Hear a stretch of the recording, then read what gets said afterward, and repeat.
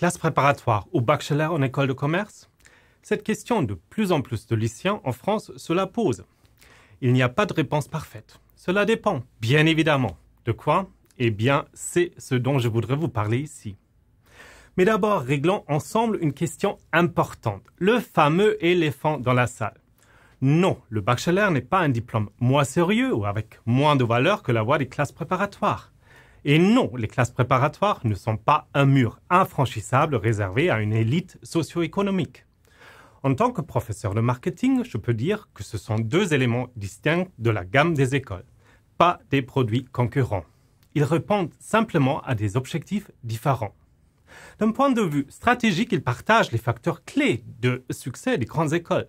L'excellence, la professionnalisation, l'internationalisation et, in fine, la sélectivité. Pour choisir entre les deux parcours, vous devez en fin de compte réfléchir à vos plans et à vos attentes. Un bachelor est un programme plus court, opérationnel, qui vous ouvre deux possibilités de professionnalisation. Soit une entrée rapide et très efficace dans le monde du travail, soit au contraire la possibilité de vous spécialiser après ce diplôme en ajoutant par exemple un programme de master dans une discipline de management, mais pas forcément. On voit donc que si vous cherchez la professionnalisation et la versatilité, c'est plutôt le diplôme du bachelor qu'il vous faut.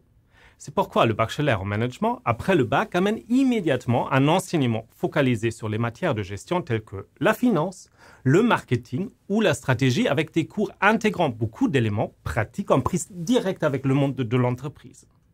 De plus, un diplôme de bachelor donne plutôt accès à l'international avec des périodes d'échange à l'étranger et d'une manière générale, il y est plus lisible car c'est un diplôme construit dans une cohérence absolue avec les normes internationales.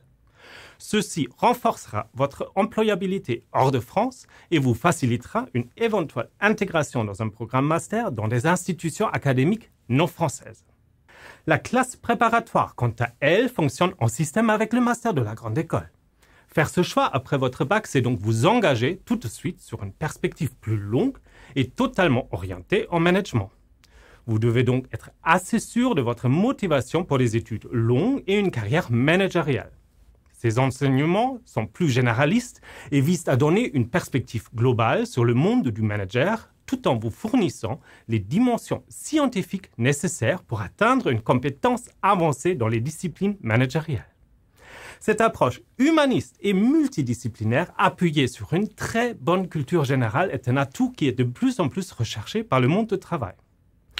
En outre, la pédagogie de la classe préparatoire est basée sur un fort encadrement, une exigence élevée et une émulation continue permettant de renforcer le sens de l'effort et la résilience. Enfin, en rejoignant une classe préparatoire, on participe à une longue tradition française. Cette inscription dans une pratique ayant fait ses preuves depuis longtemps est un atout non négligeable pour les entreprises françaises confrontées dans leur processus de recrutement à une variété immense de pratiques de formation. Donc, les deux voies ont chacune des avantages indéniables et cela sera un choix personnel ou familial à prendre.